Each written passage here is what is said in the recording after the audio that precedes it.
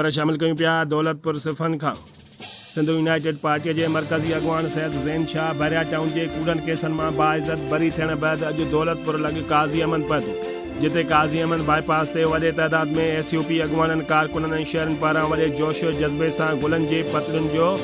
वर्खा करे भरपूर अंदाज़ में इस्तक़बाल कयो, जिते सैयद ज़ैन शाह खे सिंध जी सकाफ़त टोपी अजरक ऐं गुलनि जा हारनि जा तोहफ़ा पेश करे मुबारकबाद ॾिनी वई। सैयद ज़ैन शाह बहरिया टाउन जे कूड़नि केसनि मां बाइज़त बरी थियण बैदि कराचीअ खां वापसि इंडस हाईवे ज़रिए पंहिंजे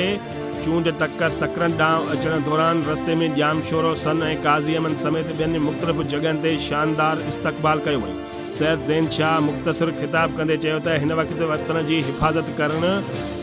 अशद ज़रूरत आहे, जंहिंजो बार अॼु क़ौमी कारकुननि ते आहे, छो त PP सरकार गुज़िरियल 13 सालनि में सिंध जे वसीलनि पाणी, तेल, गैस ऐं ज़मीननि इक़्तिदार जी हवस में खपाए छॾियूं आहिनि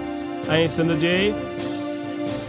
जे इदार करप्शन करे मुकमल तौर ते तबाह करे छॾिया आहिनि। रिपोर्ट कराए फ़कीर हक़ नवाज़, कलंदरी, हक़ सच न्यूज़, दौलतपुर से।